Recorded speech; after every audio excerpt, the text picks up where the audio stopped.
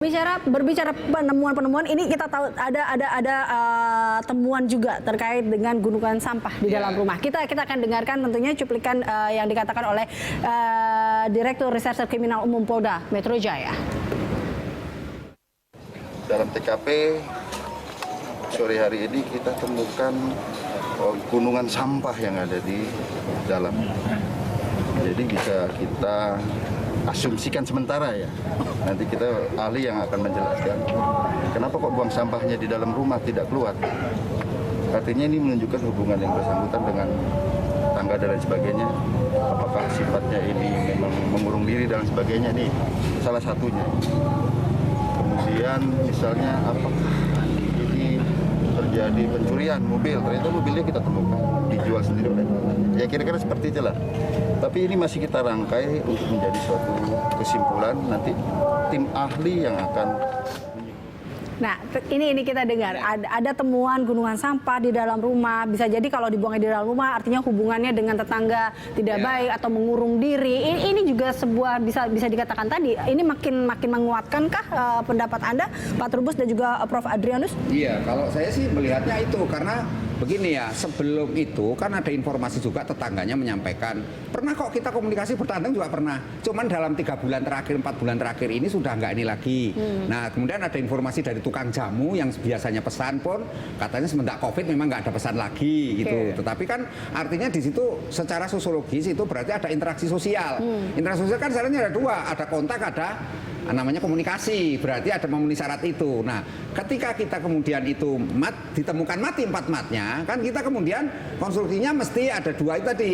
Kalau nggak homicide, kemudian suicide dua-duanya terjadi. Tapi bisa saja orang luar yang memang melakukan pembunuhan di situ. Artinya dengan indikasinya adanya kamper, adanya lilin di situ, tidak kita asumsikan itu sebagai media kaitan dengan ritual, tapi ini memang media untuk kaitannya membunuh juga bisa saja gitu kan, karena itu bau parfumnya mungkin bisa saja kan, kita juga sampai di situ.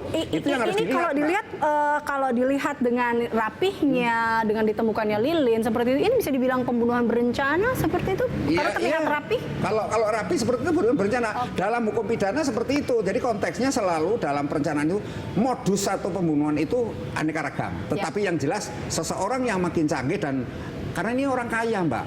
3,6 miliar loh kekayaannya ini, bukan orang miskin. Makanya kalau ditaikkan teori yang namanya kelaparan kok kayaknya jauh gitu ya, karena kan mesti ada yang diperbutkan. Bisa saja yang ada satu penelitian yang menyebutkan begini, kalau misalnya ini ada perjanjian warisan atau apa harta, kemudian kamu nggak mau kasih, ya udah ibu nggak mau kasih atau mama nggak mau, saya biarkan bapak sampai ini. Gitu. Jadi anaknya ini ngancam, lama-lama seperti itu. Kan bisa saja ini ada surat atau sertifikat apa atau harta apa yang kemudian diperbutkan anak-anak, tapi orang tuanya saya nggak mau ngasih. Artinya motifnya adalah materi. Iya materi. Saya nggak mau ngasih. Misalnya begitu kan bisa saja. Artinya si orang tua daripada kau kasih kamu masih ada nih haknya ada orang keluargamu yang di luar sana. Bisa saja kan kita nggak tahu. Nah sehingga yang bersangkutan ini si yang terakhir ya, yang pelaku terakhir yang bunuh diri umpamanya itu dikatakan, oh sudah dibiarin aja sampai mati. Nah berarti membiarkan itu kan kategori membunuh. Oh, oke. Prof Adrianus. Ya bagus juga, saya setuju juga gitu. Supaya rame ya.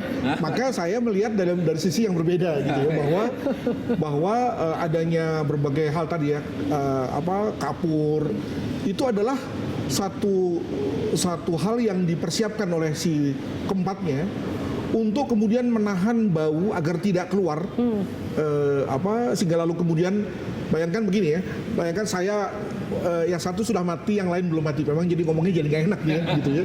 Tapi kemudian karena baunya si sebelah sini sudah kemana-mana, lalu kemudian ada orang yang mencium dan menggerebek, dan kemudian lalu akhirnya niat saya gagal gitu ya. Nah maka untuk menahan bau itu, maka dibuatlah berbagai macam cara, termasuk menutup pintu dan jendela rapat-rapat, sehingga kemudian bayangkan kalau benar bahwa, nah ini benar kembali lagi di hasil otopsi, kalau benar bahwa hasil otopsi mengatakan bahwa yang keempatnya sudah meninggal sejak 3 minggu yang lalu, dan kemudian lalu kasus ini baru terungkap seminggu yang lalu, maka ada sekitar 14 hari jenazah tak tercium baunya. Bayangkan 4 jenazah sudah meninggal 2 minggu tapi tak tercium baunya. Jadi bayangkan bau itu kan terperangkap di dalam kan. Nah ini yang dikehendaki nih agar kemudian keempatnya bisa meninggal satu persatu dengan apa namanya dengan mulus ya. Dan dalam tanda kutip berangkatnya mereka itu tidak ada yang mengganggu. Mungkin begitu. Bisa jadi seperti itu. Artinya perlu ada penyelidikan yang lebih detail terkait dengan hal ini, melihat dari sisi-sisi kecil yang nggak boleh terlewatkan di sini, Prof. Makanya nanti kalau ada teman-teman psikolog forensik yang kemudian melihat ya, maka misalnya akan dilihat begitu. Misalnya soal posisi matinya, ya, apakah mereka mati di tempat tidurnya? Lalu kemudian ada nggak semacam force measures ya, semacam paksaan gitu ya. Kedua karena tidak ditemukan adanya luka kan kalau tempatnya begitu. beda-beda Mbak, itu ada yang terlentang, ada yang di kamar, ada yang ini. Nah kan itu kan sayangnya itu tadi kita informasikan datanya dari penyidik, ya kan penyidik menyampaikan bahwa itu ada dugaan meninggalnya itu tidak bersamaan.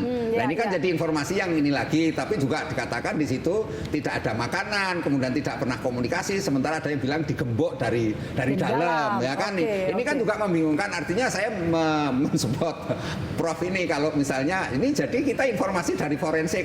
Kalau forensiknya seperti nggak pede gitu memberikan informasi, kan bagaimana kita mau menganalisa sesuatu fakta, karena gini, hukum itu selalu berbicara mengenai bukti, Mbak.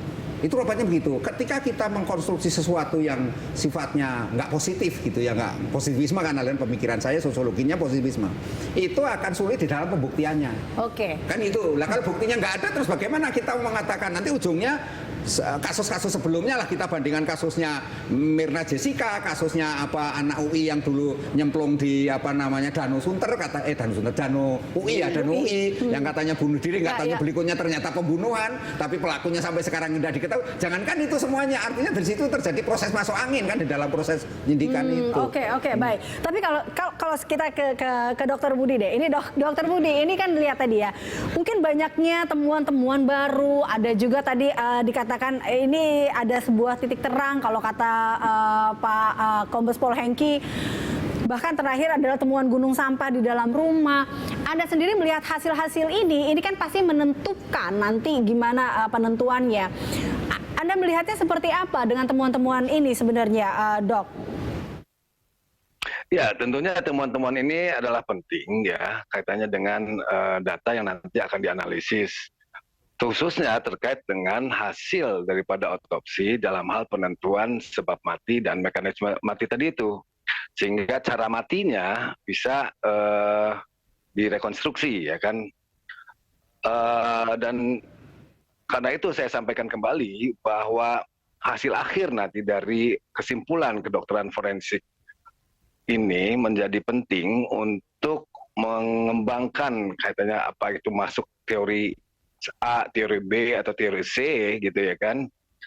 Karena nanti apakah ada hubungannya dengan temuan-temuan yang ditemukan dan selanjutnya. Sekali lagi kesimpulan nanti dari hasil otopsi, ya kesimpulan akhir tentunya ya, kesimpulan akhir dari hasil otopsi ini menjadi penting nanti untuk pengembangan kasus ini, untuk menentukan ya apakah ini suicide atau homicide. TKP dengan temuan yang ada, tadi kapur barus, bedak bayi, lilin yang berada di sekitar jenazah, kemudian tadi ada gunungan sampah di dalam rumah, menemukan buku-buku dan nota pembelian makanan. Anda sendiri melihatnya kematiannya seperti apa, Dok? Kalau dari pengalaman Anda, Dok, ini Anda melihatnya seperti apa? Apa yang memang dugaan Anda? Ya, sekali lagi temuan-temuan itu jadi penting ya. Jadi penting untuk nanti dalam hal analisis seorang dokter spesialis forensik terkait dengan hasil temuannya pada jenazah ini, pada otopsi ya. Sehingga bisa merangkaikan nanti kaitannya dengan mekanisme mati, cara matinya ya. Karena nanti sebab mati dan mekanisme mati bisa kita tentukan dari otopsi. Dari situ juga ya, dari temuan-temuan tadi itu nanti bisa kelihatan benang merahnya ya, kalau kita sebut segitiga pembuktiannya, apakah nanti karena tempatnya berbeda-beda ya para korban itu, kan nanti juga diperiksa apakah perkiraan saat kematiannya itu memiliki kesamaan waktu atau perbedaan waktu, sehingga Misalnya tadi teori Prof menyampaikan ada satu orang yang lebih dominan daripada yang lainnya. Nah ini juga bisa setidaknya keungkap nantinya. Tapi ya sekali lagi tentunya itu nanti akan lebih jelas lagi setelah ada kesimpulan daripada hasil otopsi itu. Oke, baik. Tahan dulu, tahan dulu Prof. Kita akan lanjutkan perbincangan ini pemirsa usai jeda. Tetaplah bersama kami dalam Berita Satu.